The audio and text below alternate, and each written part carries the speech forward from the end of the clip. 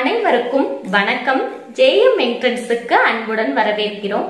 ஒவ்வொரு மாதமுமே வரக்கூடிய விசேஷ நாட்கள், விரத நாட்களை பத்தி பார்த்துட்டு இருக்கோம். அதுல நாம இன்னைக்கு பார்க்க போறது அட்சய திருதியை.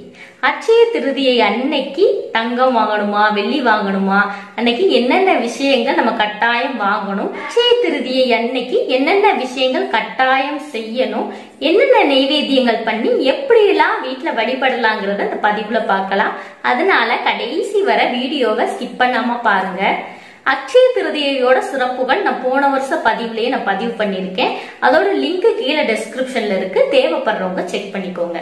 சித்திரை மாதம் வரக்கூடிய வளர்பிறை, அதாவது அமாவாசை அடுத்து வரக்கூடிய 3வது நாளை தான் நம்ம அட்சய திருதியா கொண்டாடுறோம். முதல்ல அட்சயன்னா என்னன்னு பாத்திரலாம். அட்சயன்னா அல்ல அல்ல குறையாதுன்னு அர்த்தம்.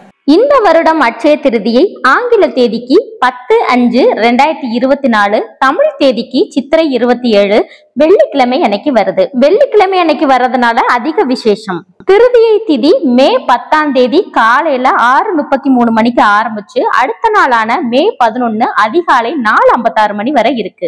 எந்த விதமான மங்களகரமான பொருள் வாங்குறதா இருந்தாலும் சரி, மத்தவங்களுக்கு தானம் பண்றதா இருந்தாலும் சரி, இந்த திருதியை திதி இருக்கக்கூடிய நேரத்துல செஞ்சோம்னா அதிக விசேஷமா அமையும்.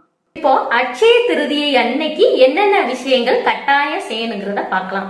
இது எங்களுக்கே தெரியுமேங்க, தங்கம் வாங்கணும், வெள்ளி வாங்கணும், ஒரு சின்ன நகையாவது அட்சய திருதியை அன்னைக்கு நாங்க வாங்கி வச்சுக்கணும். அப்படி வாங்கி வச்சாதான் அந்த வருஷம் முழுக்க பல மடங்கு அந்த பொருள் சேரும் அப்படின்ற தவறான கருத்து எல்லார்கிட்டையுமே பரவி இருக்கு. அட்சய திருதியைனா நம்ம வாங்கி சேர்த்து வச்சுக்கிறது கிடையாது, ஒருத்தவங்களுக்கு தானம் பண்றது. என்னங்க தங்கம் வெள்ளி விக்கிற விலையில நாங்க வாங்கி தானம் பண்ணணும்னு சொல்றீங்க? வசதியா இருக்கிறவங்க அட்சய திருதியை அன்னைக்கு ஏழ்மையில இருக்கக்கூடிய பெண்ணுக்கு திருமண நிச்சயம் ஆயிருந்ததுன்னா தங்கம் வாங்குறதுக்கு உதவி செய்யுங்க. சரிங்க, வசதியா இருக்கவங்க செஞ்சிருவாங்க, நாங்க ஏழ்மை நிலையில இருக்கோம், எங்களுக்கே தங்கம் வெள்ளி எதுவுமே சேராம இருக்கு, அதுக்கே வழி இல்லாம இருக்கோம் அப்படின்னு நினைக்கிறவங்க உங்களால முடிஞ்ச அளவுக்கு ஒரு 2 பேருக்குனாலும் சாப்பாடு வாங்கி கொடுங்க. ஏழ்மை நிலையில இருக்கக்கூடியவங்களுக்கு உங்களால முடிஞ்ச ஒரு வேளை சாப்பாட்டுக்கான காய்கறிகளோ, ஒரு மளிகை ஜாமானோ, தானியங்களோ, அரிசியோ, உங்களால என்ன முடியுதோ அதை நீங்க வாங்கி கொடுங்க. அதுவுமே முடியாதுன்னு நினைக்கிறவங்க ஏழ்மைப்பட்ட படிக்கக்கூடிய ஒரு மாணவனுக்கோ மாணவிக்கோ படிக்கக்கூடிய ஒரு பென்சிலோ, ரப்பரோ, ஸ்கேலோ, பேனாவோ உங்களால என்ன முடியுதோ அதை வாங்கி கொடுங்க. இப்போ அட்சய திருதியை அன்னைக்கு என்னென்ன தானங்கள் செய்யறதுனால என்னென்ன பலன்கள் கிடைக்குங்கிறத பார்க்கலாம். அட்சய திருதியை அன்னைக்கு அரிசி, பருப்பு, புளி, உப்பு, மிளகாய், காய்கறிகள், நெய் மற்றும் பழங்கள், இதில் ஏதாவது ஒன்று நம்ம ஏழ்மைப்பட்டவங்களுக்கு தானம் செஞ்சாலும் மோட்சம் கிடைக்கும். அட்சய திருதியை அன்னைக்கு குறைஞ்சபட்சமாக ஒரு 2 பேருக்குனாலும் அன்னதானம் பண்ணுங்க. எங்களாலலாம் அன்னதானம் பண்ணுறதுக்கு வசதி இல்லைங்க அப்படின்னு நினைக்கிறவங்க ஒரு காகத்துக்கோ நாய்க்கோ ஏதாவது ஒரு உயிரினத்துக்கு ஒரு பிடி சாதமாவது வைங்க. இப்படி அட்சய திருதியை அன்னைக்கு அன்னதானம் பண்ணுறதுனால நம்ம குழந்தைகளுக்கும் சரி, நமக்கு அடுத்து வரக்கூடிய சந்ததிகளுக்கும் பசி பட்டினியே இருக்காது. இந்த பிறவிலையும் சரி, அடுத்து வரக்கூடிய பிறவிலையும் சரி புண்ணியம் கிடைக்கும். நோய் நொடி இல்லாமல் அதிக ஆயுளோட வாழணும்னு நினைக்கிறவங்க அட்சய திருதியை அன்னைக்கு இயலாதவர்களுக்கு தயிர் சாதம் வாங்கி கொடுங்க. எனக்கு திருமண வயது வந்துருச்சு, எந்த வரனுமே எனக்கு அமைய மாட்டேங்குது, திருமண தடை நீங்கணும் அப்படின்னு நினச்சிட்டு இருக்கவங்க அட்சய திருதியை அன்னைக்கு இனிப்பு வாங்கி தானம் பண்ணுங்க. எனக்கு எப்போ பார்த்தாலும் உடம்புல ஏதாவது வியாதி இருந்துக்கிட்டே இருக்குது, தொந்தரவுகள் இருந்துக்கிட்டே இருக்குது அப்படின்னு நினைக்கிறவங்க அட்சய திருதியை அன்னைக்கு இயலாதவர்களுக்கு ஆடைகள் வாங்கி கொடுங்க. நாங்கள் நல்ல வேலையில் இருக்கோம், உயர் பதவி கிடைக்கணும்னு விருப்பப்படுறோம் அப்படின்னு நினைக்கிறவங்க அட்சய திருதியை அன்னைக்கு பழங்கள் வாங்கி இயலாதவர்களுக்கு தானம் பண்ணுங்க. அட்சய திருதியை அன்னைக்கு என்னென்ன தானங்கள் செஞ்சா என்னென்ன பலன்கள் கிடைக்கும்னு பார்த்தோம். இப்போ அட்சய திருதியை அன்னைக்கு என்னென்ன விஷயங்கள் நம்ம கட்டாயம் செய்யணுங்கிறத பார்க்கலாம். அட்சய திருதியை அன்னைக்கு முதல் வேலையா நம்ம வாங்க வேண்டிய 2 பொருட்கள் இருக்கு. அது நிறைய பேருக்கு தெரிஞ்சிருக்கும், தெரியாதவங்களுக்காக சொல்றேன். கல்லுப்பும் மஞ்சளும் வாங்கிக்கோங்க. விரலி மஞ்சளா இருந்தாலும் சரி, மஞ்சள் கிழங்கா இருந்தாலும் சரி, மஞ்சள் பொடி பாக்கெட்டா இருந்தாலும் சரி, உங்களால என்ன முடியுதோ அதை நீங்க வாங்கிக்கோங்க. உப்பும் மஞ்சளோட சேர்த்து ஏதாவது புது துணி வாங்கணும்னு விருப்பப்படுறோம், எங்க வீட்டுக்கு தேவையான முக்கியமான பொருள் வாங்கணும்னு விருப்பப்படுறோம், அப்படி இருந்தாலும் நீங்க தாராளமா வாங்கலாம். அட்சய திருதியை அன்னைக்கு புனித நதிகள்ல நீராடிட்டு புனித நதிக்கரைகள்ல உள்ள கோவில்கள்ல போய் வழிபாடு செஞ்சோம்னா அதிக விசேஷமா அமையும். வாய்ப்புள்ளவங்க செஞ்சு பாருங்க. அட்சய திருதியை அன்னைக்கு பித்ருக்களோட வழிபாடும் ரொம்ப ரொம்ப முக்கியம். பித்ருக்களோட ஆசீர்வாதம் இருந்தா மட்டும்தான் நம்ம சந்ததிகள் எல்லாருமே நல்லா இருக்க முடியும். பித்ருக்கள் வழிபாடு செய்யணும்னு நினைக்கிறவங்க அட்சய திருதியை அன்னைக்கு தாராளமா செஞ்சுக்கலாம். அமாவாசை முடிஞ்சு 3வது நாள் வர்றதுனால அட்சய திருதியை அன்னைக்கு 3ஆம் பிறை பாக்குறது ரொம்ப ரொம்ப முக்கியம். திருமணமான பெண்கள் என்ன செய்யணும்னா மாலை நேரத்துல 6 மணிக்கு மேல 3ஆம் பிறை தெரியும் பாத்தீங்களா, அந்த சமயத்துல உங்க 2 உள்ளங்கைகளையுமே விரிச்சு வச்சு அதுல உங்க திருமாங்கல்யத்தை வச்சுக்கோங்க.